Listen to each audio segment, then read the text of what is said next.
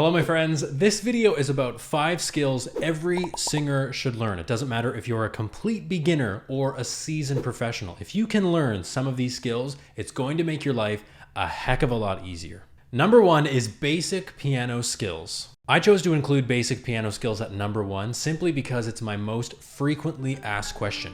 Do I need to know how to play piano in order to sing? The easy answer is no, you don't need to know how to play piano. However, I strongly encourage you to at least get some of the fundamentals of piano. But I haven't answered the question. How do piano skills help with your singing? Let's break it down into 3 categories. Number 1, learn how to sing harmony. Number 2, learn music faster. And number 3, play and sing. So number 1, learning how to sing harmony. We don't have to go super in depth on what harmony is, but you can really think of it as singing or playing simultaneous notes within a chord. A piano allows you to hear multiple chords at once instead of a singular melody. The second reason for why piano skills are so helpful is you can learn music faster. When I say basic piano skills, what I really mean is sitting down at the piano or your keyboard, whatever you have, and being able to plunk out the notes of a melody. And finally, we have play and sing. So singing and playing piano at the same time.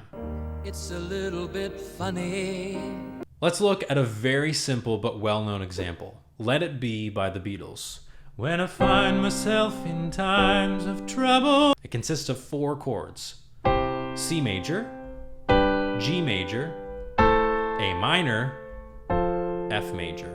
This is what we call a chord progression. So it's a series of chords in an order. So many songs use this exact chord progression. And there are other songs that use very similar chord progressions. So the point being is that you can then play a wide array of songs by simply knowing only 4 chords. Point number 2 is sight singing and sheet music. This skill kind of goes in tandem with the piano. So if you're learning basic chords, basic notes on the piano, you're also improving your ability to sight sing and to read sheet music. Sight singing is the ability to look at sheet music, whether that be harmony or a melody, and generally have an idea of what it sounds like. This skill will really come in handy if someone gives you sheet music or if there's not a high quality recording for you to learn. In order to improve your sight singing skills, you have to practice. There are many online resources. I'll link them in the description below. Which leads us to skill number 3, good practice habits. Some of you watching may be doctors, you may be students, you may be janitors. Whatever you do, if you want to do it well, you have to practice. The same principle applies to singing. Time plus effort equals growth. This is why I recommend working with a singing teacher if you can. What they're going to do is help set you on the right path and give you the resources that you need to thrive. If you want to take singing lessons from me, you can message me on Instagram at Nick Higgs the Singer. You can comment below on this video, or you can click the Calendly link, which I'll also put in the description below. So the first practice habit you can develop is by singing as much as you can. The more familiar you can be with your voice and with singing, the more flexibility and versatility your voice will have. But listen to your body. If it says, I need a break, give it one. But maybe you're thinking, oh gosh, Nick, I can't sing in my apartment. My neighbors will kill me. Don't worry. There are many ways that you can improve your singing voice without singing at the top of your lungs all the time, which I don't recommend ever doing. Here are some of my favorite methods for quiet singing. The first one is a lip trill. Very easy, not too loud, and all you do is take your lips and blow air through them. You can do it without pitch or with pitch. Number 2 is singing normally, but just at a low volume. Without whispering. We don't ever want to whisper. Sing on your voice, but just at a low volume. When I am down and oh my soul so weary. Number 3 is if you're learning music and you can speak the words out loud.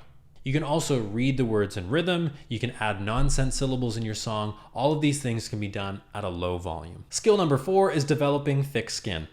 Honestly, I debated if I should put this on the list. Is it really a skill to develop thick skin? The more I thought about it, the more I realized how important this skill is. And in fact, you can improve it over time. Everyone has an opinion on your singing. Your grandmother, your mailman, random people on the internet who you've never met, and everyone loves to share their opinions, especially on the internet.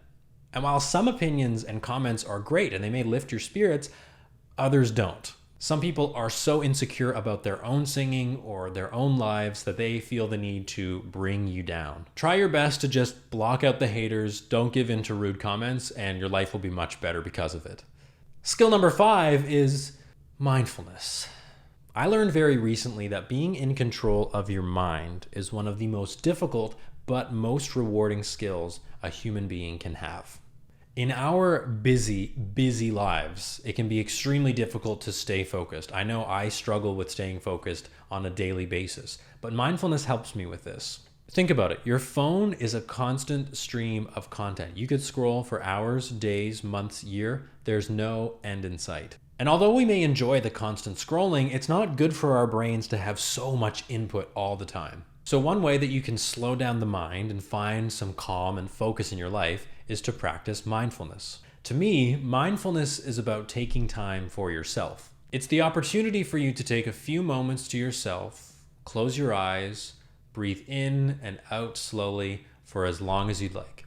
When I'm practicing my singing, I'm often thinking about other things, paying the rent, buying groceries. Maybe I'm thinking about writing the script for a YouTube video or filming the YouTube video. There's always things going on in my brain. However, mindfulness allows me to focus, so I can think about one thing at a time, and I can focus on the task at hand, which is my practicing. I won't get into the nitty-gritty of mindfulness. I'll link a video in the description from Richard J. Davidson. It's a TED Talk on mindfulness. It's amazing and it'll change your life.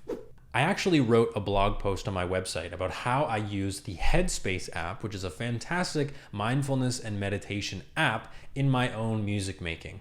I'll also put this in the description below. That's it for today's video, my friends. I hope you enjoyed it. If you have any questions or concerns, please leave them down in the comments section below. I'd be happy to answer them. As always, please like, subscribe, check out my other channels, and I'll see you in the next video.